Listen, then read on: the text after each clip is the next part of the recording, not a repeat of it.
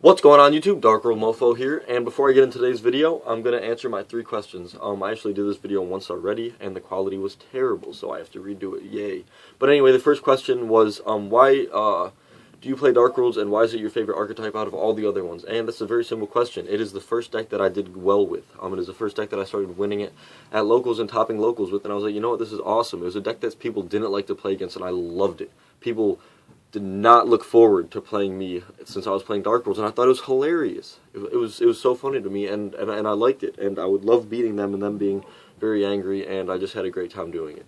Then the second question was why you never asked, or it was not a question, it was a comment. He said, you never told us why you didn't like Trance Archfiend, and so I decided I should answer the question about why I don't like Trance Archfiend. And it's not that I don't not like Trance Archfiend, it's just that I feel like the card's not very good right now, and it never was super good. It was good in a control-based deck, it was good in a slower deck, and it could do some good stuff. Back when Samurais could lock you down with Beast, etc., you could go Trance, Grapha Pop it, and kind of get over that kind of thing, but overall the card's too slow, especially in the builds that I'm playing, that Absence of Light has created. It's extremely fast, and Trance Archfiend is slow. It has some cool plays with like banishing it, then going Tour Guide back into it, discarding, and some cool little plays like that, but it takes time to set up, and you really don't have time for that anymore. So I just feel like Trance Archfiend is just not really playable in Dark Worlds right now. And then the last question was, do you think Dark Worlds will be good in the next format, and do you think EEV will be limited or semi-limited? And okay, Dark Worlds, I think they can be good in any format. I've said that before, I really do. I just feel like it's all on themselves. Dark Worlds are a deck that lose to themselves 90% of the time when they do lose. And it's just a matter of whoever can perfect the deck to the point where it can't lose to itself is when it will be good. As soon as somebody figures it out, then it will be good. It will be able to focus more on the other harder matchups outside of itself, and it will be able to do some cool stuff. And then EEV limited or semi-limited, I really hope they don't hit that card at all. If they put it down to 2, that's fine. But if they put it down to 1 or none, we're in trouble. Because that card is very important in Dark Worlds. And the reason is the build that I'm playing now, you obviously know it spams the field, then Eradicators to protect yourself from all their spells.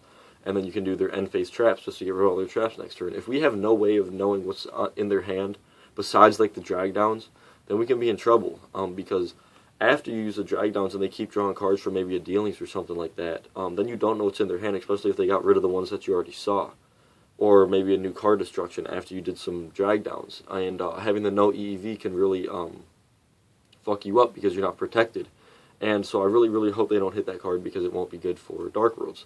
And then today's video, Occupy Yu-Gi-Oh! For those of you who don't know what that is, it is Joseph Giorlando, an ARG player, who is deciding to start a revolution to boycott YCS Toronto. And a big reason of that is because YCS Toronto is not part of the new ban list.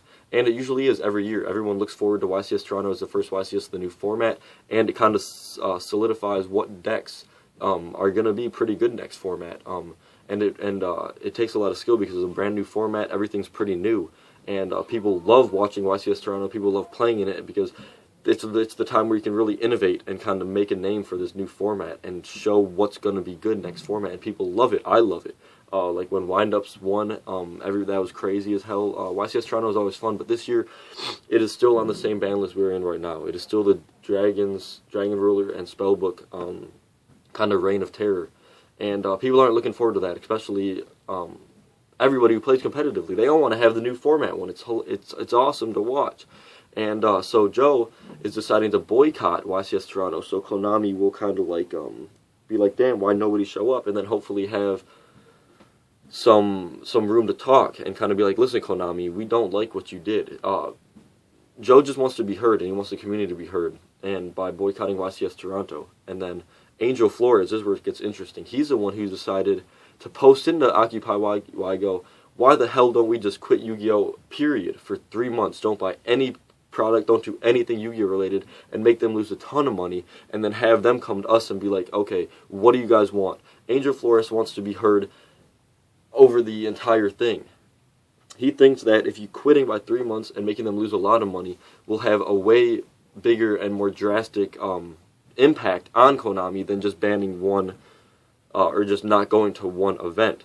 Going to not going to one event will make them lose money, but they're not going to be like, okay, they didn't go to an event, so we'll do whatever they want. But if you quit for a period of time and you make them lose money, you make them think to themselves, hey, these kids actually want to be heard. They might actually respect that and come up to us and be like, what do you guys want us to do for this game? Konami makes mass amounts of money off of Yu-Gi-Oh! And they care about the players, but not too much, as you know. Otherwise, this game wouldn't be so fucked up and people wouldn't have so many negative views on the game. But that's just how it is. And so Joe's trying to change that, but Angel's trying to change that in a bigger scenario. But everyone's ignorant about it because they don't want to quit Yu-Gi-Oh! Everybody fucking loves playing Yu-Gi-Oh! But if you guys can, like, actually follow through with this and just quit the game for 2-3 months, just not go to locals, just don't buy Yu-Gi-Oh! Stuff, it could really impact the game. And Konami would maybe ask us, what do we want? And then the game and the rules and everything will be in our hands, and we can make this game perfect, and we can have this game to be fun and skillful and strategic like it's supposed to be. And I would love for that to happen. I think boycotting the one YCS isn't going to do it. I respect that Joe's trying to do it, and I think it's awesome, but I feel like Angel needs to be heard a little bit more than Joe, because Angel has the good idea, man. He's talking about, you really want to be heard, you have to take a huge stand.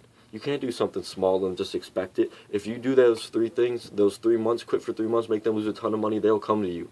And that's what he believes, and I think that's awesome. He said no Yu-Gi-Tubing, I'm still going to Yu-Gi-Tubing.